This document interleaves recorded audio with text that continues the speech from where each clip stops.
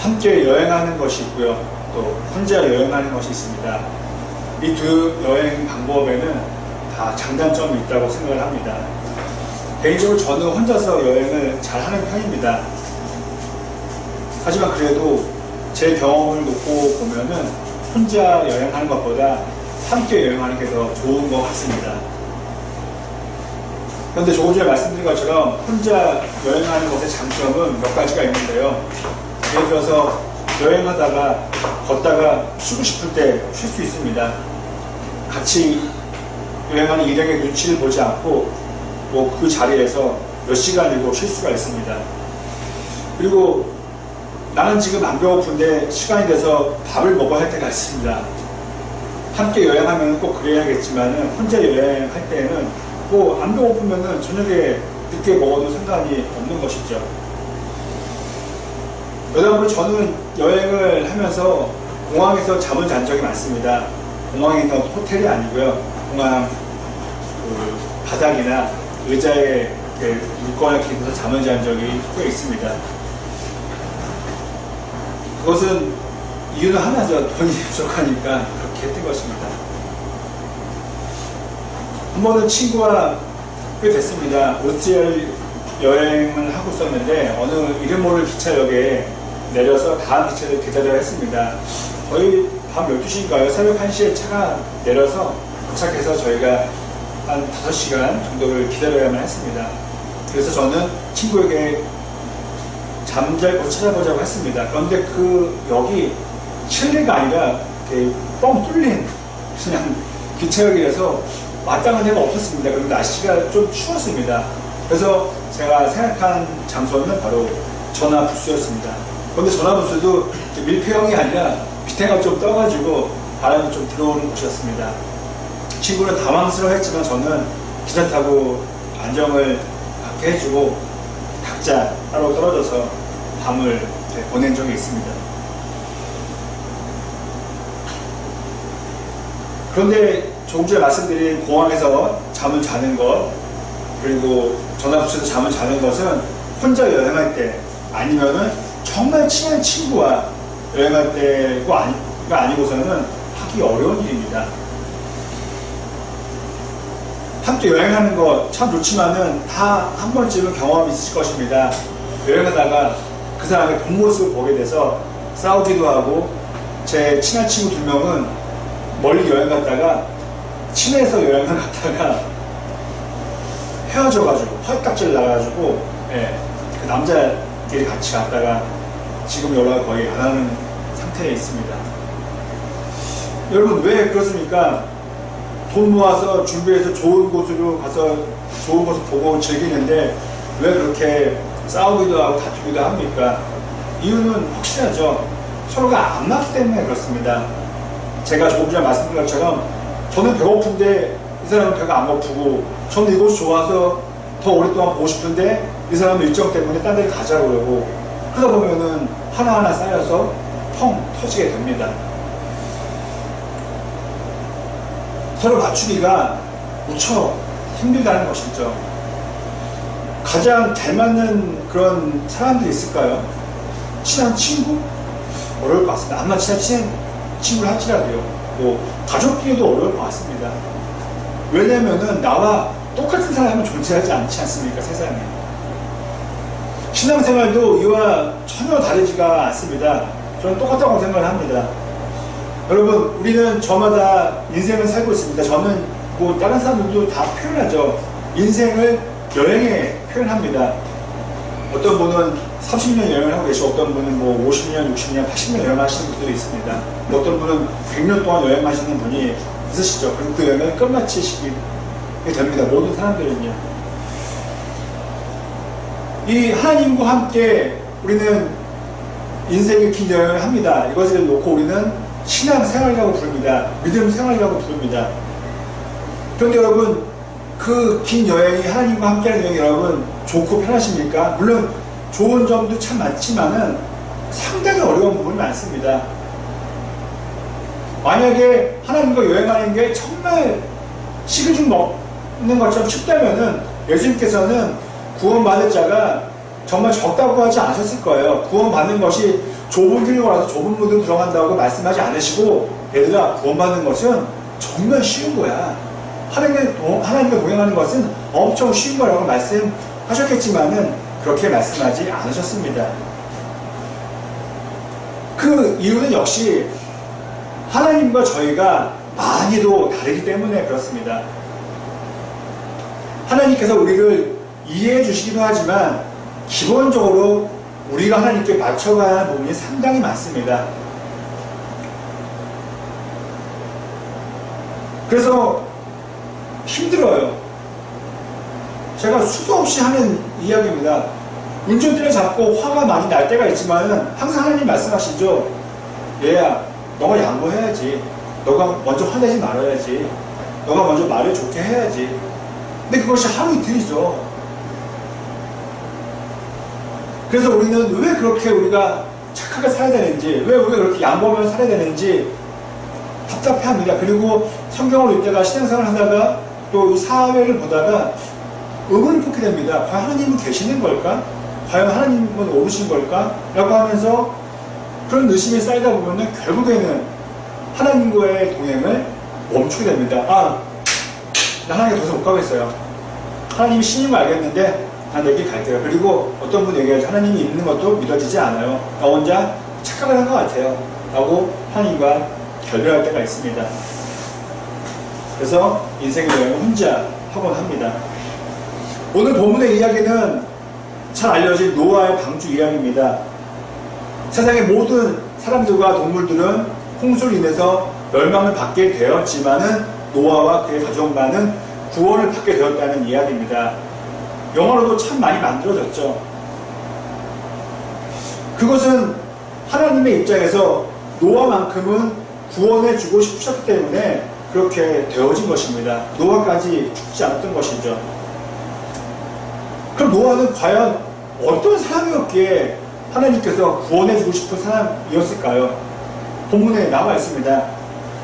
제가 다시 한번 9절 말씀을 읽어드리겠습니다. 노아는 그 당대에 의롭고 흠이 없는 사람이었다. 노아는 하나님과 동행하는 사람이었다. 앞에 있는 의롭고 흠이 없는 것은 약간 좀 애매모호하게 들릴 수 있지만 확실한 것은, 우리가 잘 이해가 되는 것은 하나님과 동행했다는 것입니다.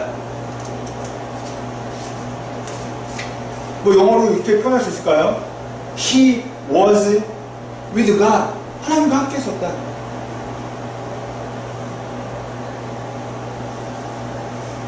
기본적으로 하나님과의 동행은 구원으로 이루어진다는 것은 아주 명확합니다. 아주 쉽습니다. 아주 쉬운 논리로 접근할 수 있습니다. 여러분, 하나님이 계세요. 하나님을 가는 게 하나님의 마지막 목적지, 도착지가 어디겠습니까? 구원이고 영생이고 천국입니다. 하나님이 저주와 멸망과 지옥을 가진 않으시죠. 저희가 부모님, 어렸을 때 부모님과 손잡고 어디 갈 때 부모님이 마트에 데려가시거나 레스토랑에 데려가시거나 좋은 데에 데려가시지 그 아이를 데리고 엄한 데로 가겠습니까? 그건 말이 안 되는 겁니다. 너무도 당연한 것이기에 또 너무도 잘 우리가 안 믿어지기도 하는 것이죠. 제가 앞서 말씀드린 하나님과의 동행, being with God, 이것에는 규칙이 한 가지가 있습니다. 그것은 결정권이 하나님에게 있다는 것입니다. 같이 가지 않습니까? 만약에 우리가 강아지랑 산책을 한다 하더라도 여러분, 강아지가 길을 택합니까? 아니죠. 사람이 가야 할 것을 택합니다. 강아지도 가기에 내버려 두지만은 엄한 데 갈 수 있기 때문에 강아지를 우리가 인도하는 것이죠. 하나님은 그냥 단순히 동행자가 아닙니다. 그냥 보조를 맞춰주는 분이 아닙니다. 함께 하는 건 맞지만은 결정과 선택을 하신다는 것이죠. 그래서 우리는 하나님을 향해서 다르게 부릅니다. 가시라 부르기도 하지만은 나의 로드, 나의 주인, 나의 주인이라고 얘기합니다.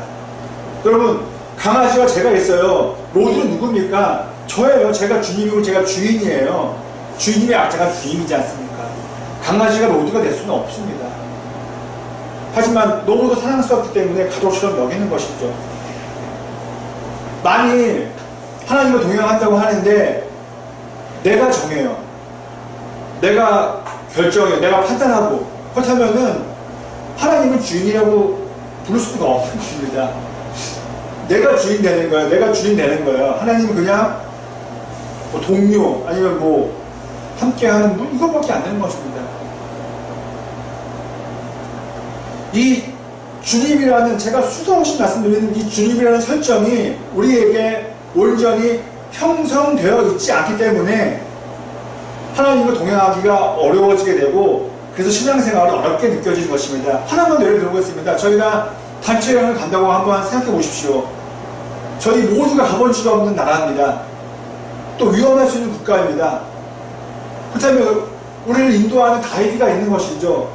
그 가이드 말을 여러분 안 듣겠습니까?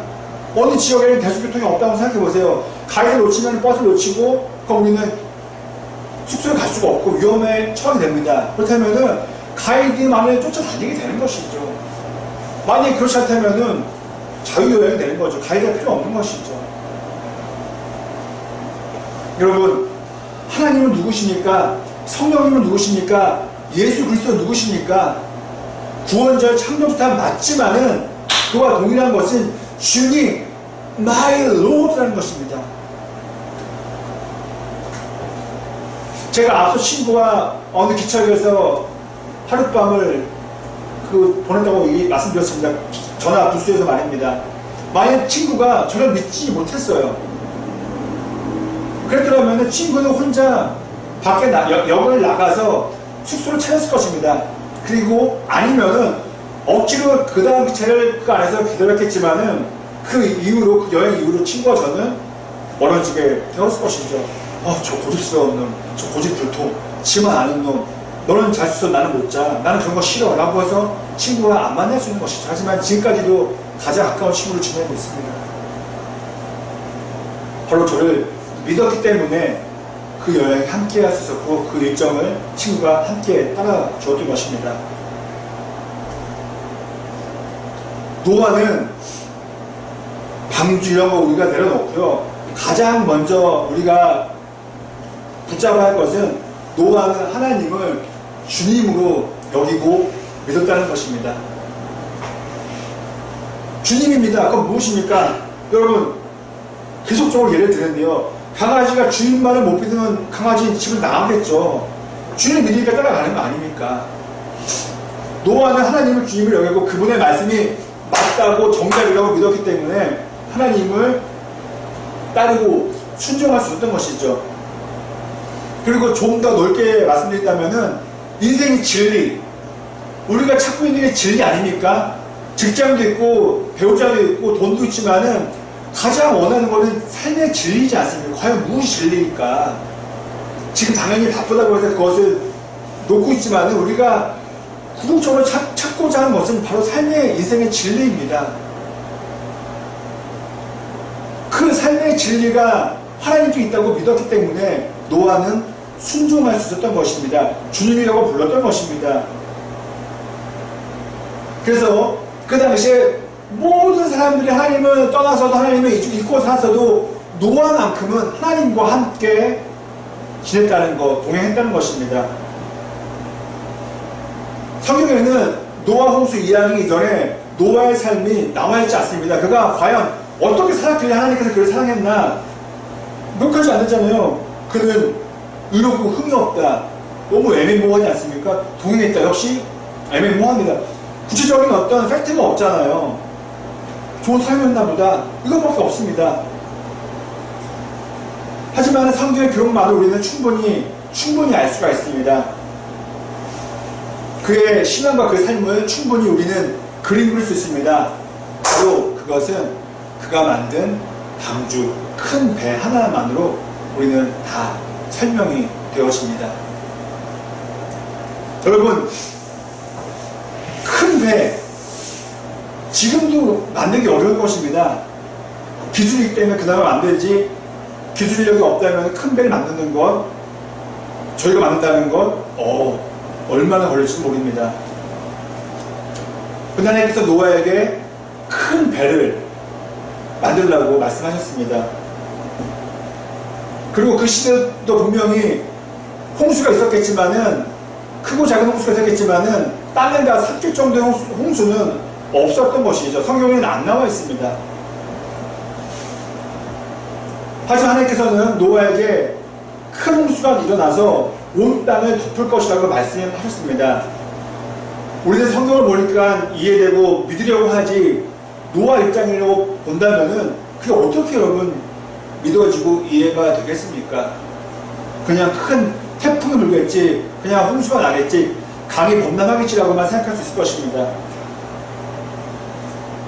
그러나 노아는 하나님을 주님이라고 믿었기 때문에 그는 주님의 말씀, 하나님의 말씀, 큰 배를 만들라는 말씀에 순종해서 큰 배를 만들게 되었던 것입니다.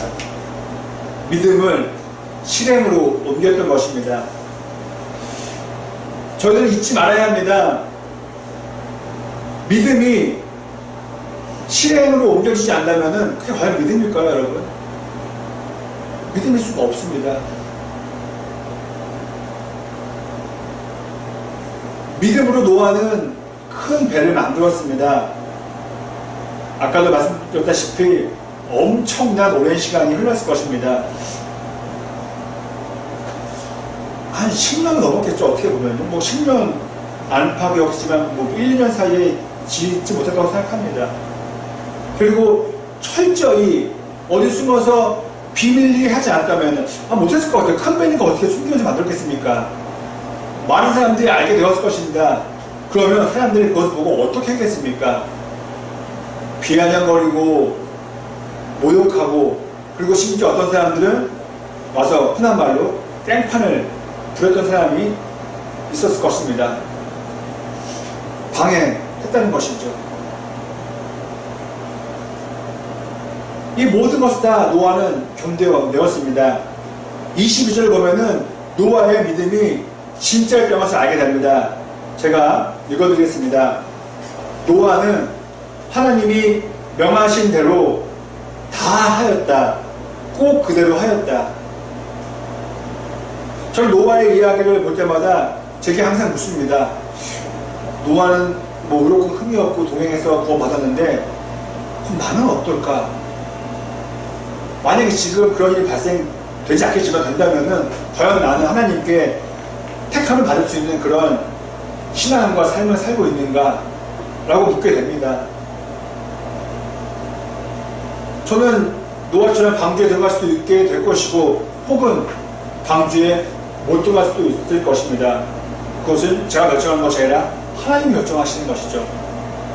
성경 보면은 이 방주의 문을 하나님께서 닫으셨다고 나와 있습니다. 여러분들은 어떠신가요? 만약에 노아의 이야기가 우리들에게 적용되어진다면은 우리들은 방주 안에 들어갈 수 있을까요? 아니면 들어갈 수 없을까요? 하나님과 동행하는 사람, 의롭고 흠이 없는 사람, 여러분, 이것은 우리가 판단하는 것이 아니라 하나님이 판단하시고 판별하시는 것입니다. 만약에 어떤 연예인이 나 인기 연예인이라고 아무리 말을 해도 사람들이 그를 인기 연예인이라고 여겨줘야 인기 연예인이 되는 거죠. 나 혼자 결정하는 건 아니지 않습니까?